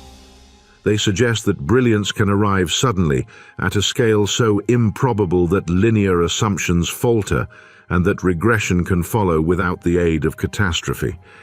The evidence is clear. The Old Kingdom reached its geometric apex during the Fourth Dynasty. Khufu, Khafre, and Sneferu's Red Pyramid exhibit angular deviations measured in mere arc-seconds, side-length variations under 20 centimeters across 230 meters, and cardinal alignments within 3 to 4 arc-minutes. Later pyramids, in the Middle and New Kingdoms, fall short. Sides bulge, foundations undulate, corner angles wander. Builders could replicate shape, but not the tolerances. If trial and error were the primary driver, then improvement should be visible over time. But the historical pattern is the opposite. The peak arrives early, decline follows. This contradicts the intuitive story of learning through repetition. How could a civilization capable of building the world's most precise stone structures subsequently produce monuments of lesser accuracy? The answer lies not in imagination or lost technology, but in the nature of error itself. Trial and error is meaningless without measurement. To improve, one must first detect deviation, quantify it, and then correct it systematically. In the Old Kingdom, that measurement culture was embedded in both process and ritual. Surveyors performed repeated observations, using stellar alignment with the Merket, bisecting angles, and transferring reference lines via rods or cords. The PDAC's ceremony codified verification. Measurement was baked into every layer, every step. But measurement culture is fragile. Unlike a physical tool, it cannot be stored in a tomb or a storehouse. It exists only in trained minds, institutional memory, and repeated social practice. When political instability, workforce disruption, or shortened project horizons intervene, measurement decays first. Without rigorous verification, errors compound silently. A deviation of a few arc-minutes at the base is imperceptible until the pyramid reaches significant height, by which time correction becomes exponentially more difficult. Historical evidence suggests this process played out precisely during Egypt's transition periods. During the First Intermediate Period, central authority fractured. Regional rulers gained autonomy. Resources became unevenly distributed. Archaeological surveys of Middle Kingdom pyramid sites show that foundations were less uniformly leveled, that casings were often incomplete or replaced with mud brick cores, and that structural collapses became more common. Builders attempted to replicate the monumental form of their forebears, but the underlying measurement infrastructure, the repeated verification, the multi-night stellar observations, the cross-checking of reference lines, was compromised. Even within the Old Kingdom, error propagation was acknowledged and corrected. Sneferu's bent pyramid is instructive. Midway through construction, The slope was altered to stabilize the structure, reflecting awareness of cumulative geometric risk. Such correction requires not just observation, but the authority and resources to act on measurement. It is systemic, and when that system falters, trial and error cannot function. Error is no longer measured accurately, and the feedback loop collapses. Religious and cultural factors may have contributed to this decline. In the 5th and 6th dynasties, the pyramid cult shifted in emphasis. Royal funerary practices moved toward mortuary temples and smaller, less geometrically rigorous pyramids. Priestly influence and ritual priorities increasingly shaped construction decisions.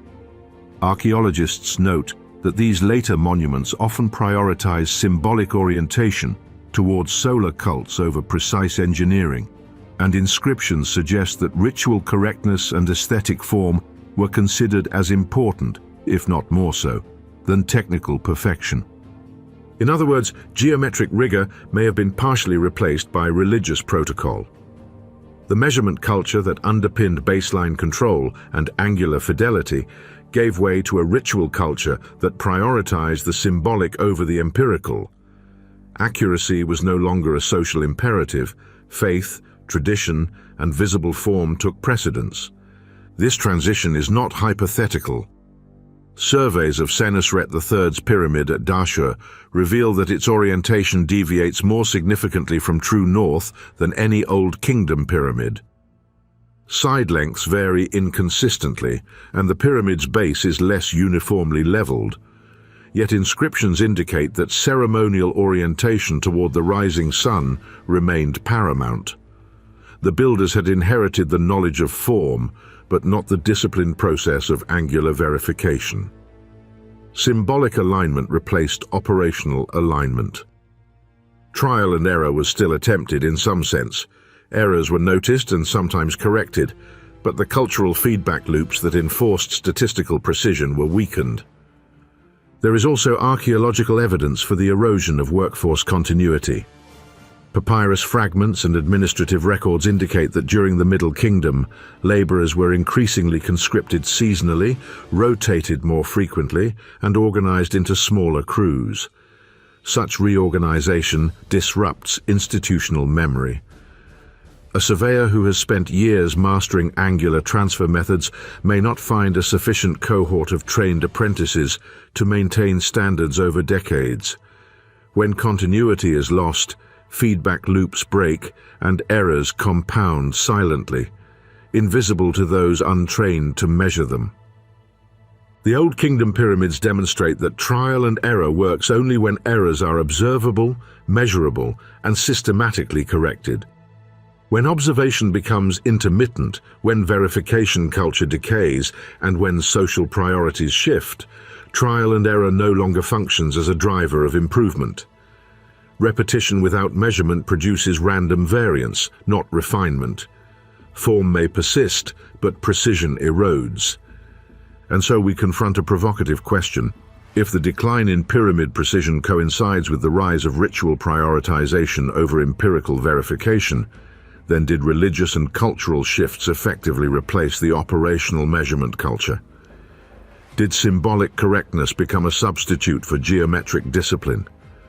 Were later builders, in attempting to honor the gods, unwittingly abandoning the protocols that had made earlier achievement possible? The answer is not simply yes or no. It is a spectrum. Measurement culture did not vanish overnight. Elements persisted in local practices, in priestly supervision, in sporadic observation. But the comprehensive state-level system that had underpinned arc-second precision across massive stone structures had thinned. Without that infrastructure, trial and error ceases to be a path toward refinement and becomes, at best, a gamble, and at worst, a regression. The evidence from stone, from papyri, and from ritual practice converges on a stark realization. Monumental success does not guarantee cumulative improvement. Trial and error is only meaningful when error itself is systematically captured, communicated, and corrected. The Old Kingdom pyramids were a testament to that principle. The decline that follows is a cautionary tale. Without measurement, civilization's highest achievements may persist in form, but slip quietly in fidelity. And so we are left with the question hanging over millennia. If measurement culture erodes, if symbolic or religious priorities replace verification, what is the cost to civilization? What is lost when we can imitate the shape, admire the form but no longer reproduce the precision? The story of the pyramids is often told in stone, but perhaps the true story was never carved at all. The Great Pyramid, the Red Pyramid, the Bent Pyramid. These are evidence of extraordinary capability, yet they also hint at something more elusive, a cognitive revolution that may have flickered and vanished in the Fourth Dynasty, leaving only its monuments behind. We know the results. We measure them with modern instruments and marvel at their improbability. Corner angles within 45 arc seconds, side length deviations under 20 centimeters across 230 meters. True north alignment within 3 to 4 arc minutes. These are not feats of brute labor alone. They demand understanding, calculation, planning, and verification. And crucially, they demand a population of minds capable of sustaining this understanding over decades. Speculate then on the social structures that could produce such precision. Was there a specialized class of master surveyors, mathematicians of a practical, operational kind, who trained apprentices in the subtleties of angular transfer, baseline calibration, and error propagation? The consistency across pyramids suggests not isolated genius, but reproducible skill. If the Red Pyramid demonstrates that Sneferu's architects could correct a slope mid-construction, then they must have understood cumulative error in a quantitative sense. That knowledge did not emerge spontaneously. It was learned, reinforced, and passed down. Tacit knowledge is a fragile form of inheritance. Unlike papyrus scrolls, it cannot be stored in libraries. Unlike copper tools, it cannot be buried in tombs for future generations. Tacit knowledge lives in practice, in repetition, in the shared understanding of a profession. It is the intimate memory of measurement, the cognitive habits of verification, the mental models that allow an observer to translate the motion of a star into a line on the ground. Egypt left no engineering manuals. We have no annotated diagrams from the Old Kingdom explaining precisely how to maintain angular fidelity across 230 meters of stone. There are no step-by-step instructions for transferring stellar observations into foundation baselines. The knowledge was in the minds of people, in their techniques, rituals, and teaching. And herein lies the paradox. Such knowledge is both powerful and perishable. If a generation of master surveyors is lost to famine, political upheaval, or attrition, then the mental scaffolding that underpins extreme precision collapses. Subsequent builders may observe the results of prior work and attempt to imitate the form, but they cannot reproduce the process without the cognitive context in which it was practiced. They may set stones along a recognizable slope, but the subtle cross-checks, the error compensation, the nuanced calibration of rods and chords are invisible to them. The cognitive revolution of the Fourth Dynasty may therefore have been ephemeral. The Old Kingdom's precision suggests a concentrated burst of intellectual infrastructure, a shared mental culture devoted to geometry, surveying, and long-term coordination. Yet after Sneferu, Khufu, and Khafre, political instability, resource shifts, and workforce redistribution may have truncated training pipelines. Apprentices may have been reassigned, protocols may have been simplified, observation rituals may have been shortened. Tacit knowledge, in other words, may have vanished not with fire or invasion, but quietly, with a generation of practitioners who held it in their hands and minds. Consider the implications. Tacit knowledge is cumulative but non-linear. Unlike written mathematics, it cannot be rediscovered easily once lost. Modern experimental archaeologists attempting to reconstruct Old Kingdom methods encounter this repeatedly. Measuring a baseline accurately over hundreds of meters requires not just instruments, but a practiced intuition.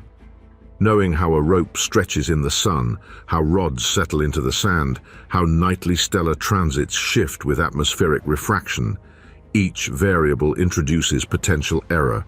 Without generational apprenticeship, the ability to integrate these variables into coherent, repeatable measurements is dramatically reduced. Furthermore, tacit knowledge is often bound to culture. Surveying methods were embedded within ritual practice. The PEDJs, the stretching of the cord, tied measurement to ceremony, social expectation, and cosmological symbolism. Displacement of surveyors or disruption of ritual cycles may have eroded not only technical understanding, but also the social structures that enforced discipline. Without shared cultural context, geometric precision becomes an abstraction rather than a lived skill. This may explain why later pyramids, in the Middle Kingdom and beyond, retained the basic form but lacked precision. Builders could see the slope, the base dimensions, the silhouette of the Great Pyramid. They could attempt replication, but the invisible cognitive infrastructure that guaranteed minimal angular deviation was gone. Side-length discrepancies, bulging faces, and less consistent foundation leveling are the material traces of this loss. There is also a temporal element. Master surveyors' knowledge was honed over years, often decades. Observing stellar transits, calibrating rods, and transferring measurements across uneven terrain is a skill developed with prolonged exposure. A single generation may master it, the next may not. In modern engineering, we take this for granted. Cadets train for years under experienced engineers before handling high-stakes projects. In the Fourth Dynasty, that generational handoff was vulnerable. Political disruption, labor reallocation, and administrative change could interrupt it. The scale amplifies fragility. The Great Pyramid is enormous, millions of stones, hundreds of meters across. Small errors compound rapidly. Without cognitive continuity, the system cannot self-correct. Deviations propagate. Form may persist, but tolerances erode. Precision requires more than measurement tools. It requires a living tradition of verification, calibration, and correction. Lose that, and replication without degradation is nearly impossible. We may never know the names of these surveyors, their techniques, or their internal methods. All we have is the residual geometry, the silent record of a fleeting mastery. And that in itself is haunting. It suggests a civilization capable of creating and sustaining extraordinary cognitive infrastructures, but only briefly. Knowledge, it seems, can be more ephemeral than stone. The Old Kingdom pyramids in this sense are both monuments and tombstones. They celebrate human ingenuity and record its loss. They embody a short-lived mathematical and procedural culture that vanished, leaving replicas that mimic form but lack fidelity. They remind us that the genius of civilization is not only in the stones laid, but in the minds that coordinated them. And so we are left to contemplate a chilling possibility. What if the knowledge died with a generation? What if the extraordinary cognitive machinery that allowed a pharaoh to align millions of stones within arc minutes, to maintain stable baselines over acres of bedrock, to integrate observation, measurement, and social coordination? What if all that vanished when its custodians passed on? The pyramids would remain, imposing and perfect in silhouette, yet the secrets encoded in their precision would be gone. What would it mean for a civilization to reach such a pinnacle, only to have the very human intelligence that made it possible vanish? Would we recognize it if we found it today, or would we marvel at the stone without ever grasping the minds that measured it? Across millennia, human ambition has repeatedly confronted the same challenge: how to transform grand designs into reliable, repeatable reality. The Old Kingdom pyramids remind us that precision depends not only on skill or material, but on stable, enforced baselines. The Great Pyramid achieved near-perfect alignment, level foundations, and corner angles within 45 arc seconds. And yet, it was constructed with copper tools, ropes, rods, and an organization disciplined by ritual and state authority. Compare this to our modern world, awash in technology, computers, and global expertise, and the contrast is striking. Consider today's mega projects. Skyscrapers soar higher than ever before, bridges span greater distances, and aerospace endeavors push the boundaries of material science. Yet even with digital modeling, laser-guided surveying, and sophisticated quality control, failure remains common. The Boston Big Dig project ran decades over schedule, billions over budget. The California high-speed rail continues to confront delays, cost overruns, and technical misalignment. Infrastructure crumbles under unforeseen loads, supply chains fracture, and highly automated systems fail when assumptions about timing, capacity, or precision are violated. The lesson echoes Old Kingdom wisdom. Complexity without stable baselines collapses. Advanced tools cannot substitute for reliable reference frames. A laser cannot guarantee the correctness of a project if the foundational assumptions, the survey points, the coordinate system, the operational discipline, are misaligned. Measurement culture, process verification, and organizational continuity are as vital today as they were 4,500 years ago in Giza. Technology magnifies capability, but it cannot enforce the social scaffolding that ensures consistency across time, space, and human teams. In some ways, we are more advanced than the Egyptians. Our machines are precise to fractions of a millimeter. Our calculations can account for gravitational anomalies, thermal expansion, and material fatigue. Our logistics software tracks thousands of components across continents in real time. Yet, in other ways, we are more fragile. Our projects depend on intricate networks of people, machines, and information. When one baseline, a schedule, a design specification, a supplier deadline, falters, errors cascade, and the entire system risks collapse.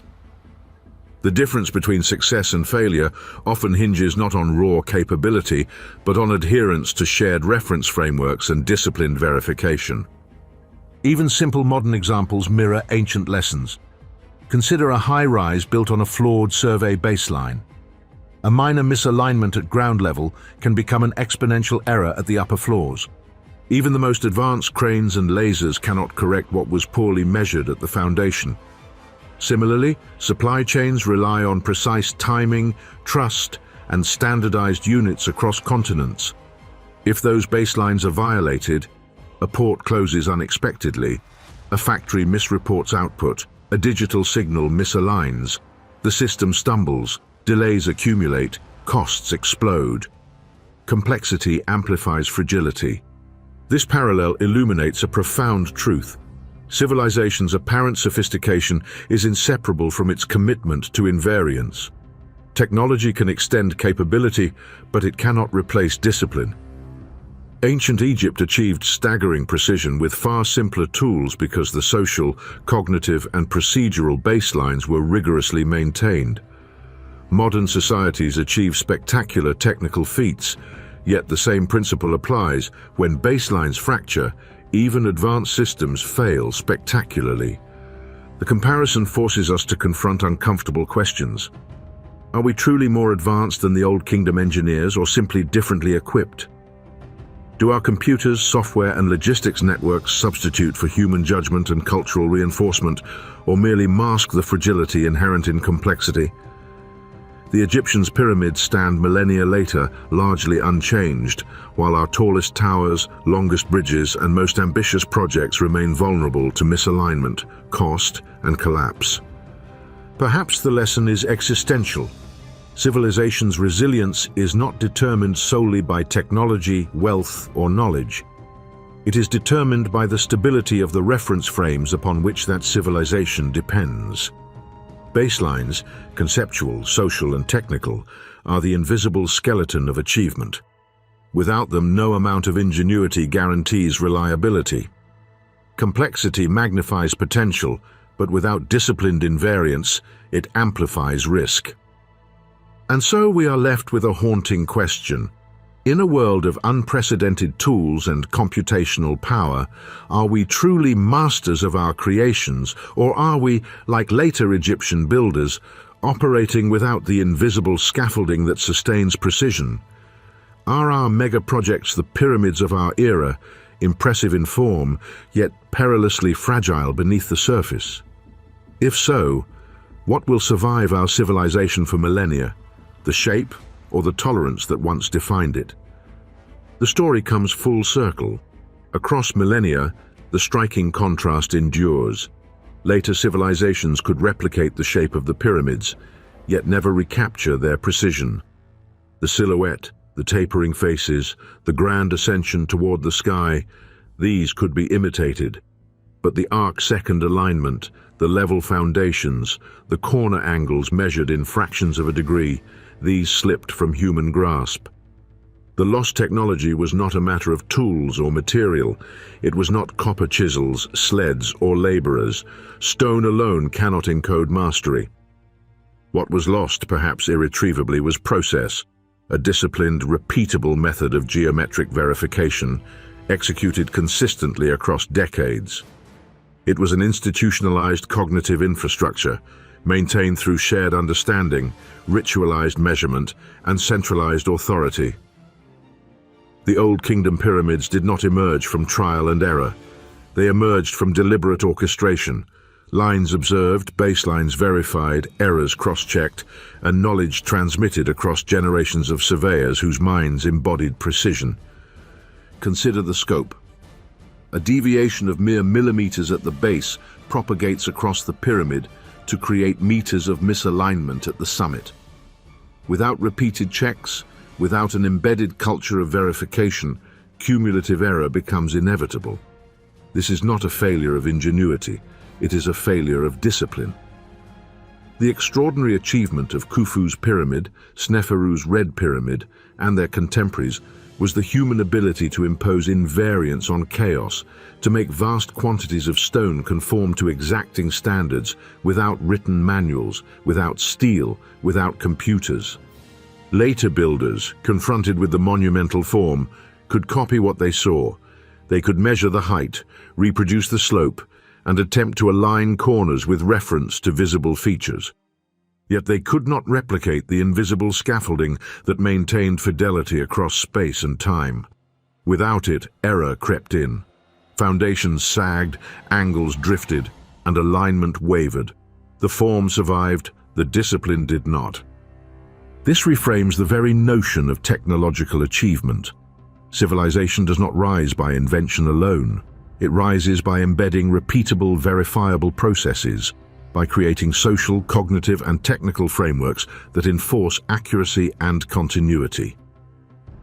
Measurement, verification, and disciplined execution are the real engines of progress.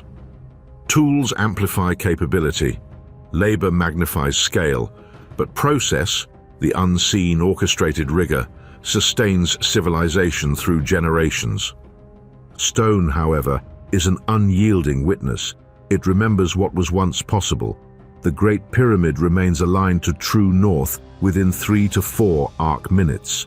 Its corners retain their 45 arc-second fidelity. It preserves evidence of a measurement culture that has long vanished from human memory. Stone endures even when the social and cognitive structures that created it crumble. And so the final paradox emerges. Our modern world, with its digital models, precision instruments, and global communication networks, may be technologically advanced, yet it is vulnerable in the same way. Without sustained, disciplined reference frames, stable institutions, codified verification protocols, and continuity of expertise, our achievements risk becoming form without fidelity.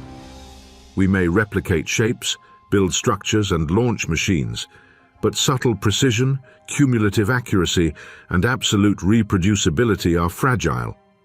They require culture as much as calculation.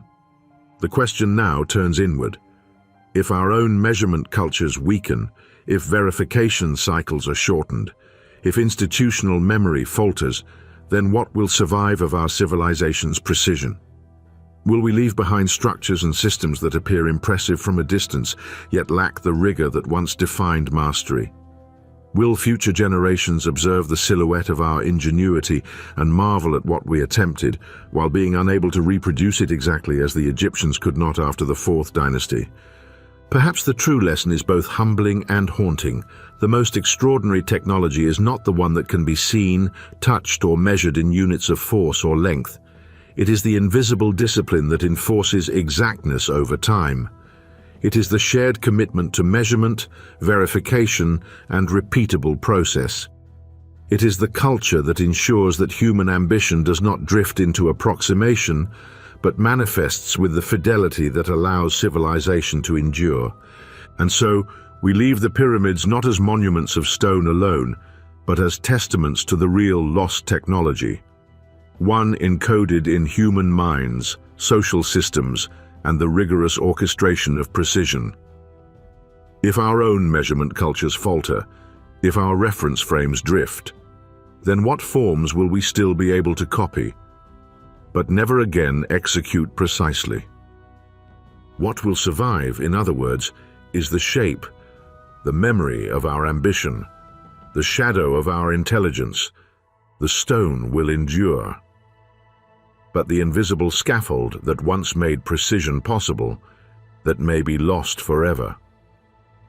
Thank you for joining us on this extraordinary journey through the universe on Frontiers of Infinity. If this glimpse into the unknown has sparked your curiosity, be sure to subscribe and join us, where we unravel the darkest mysteries of space.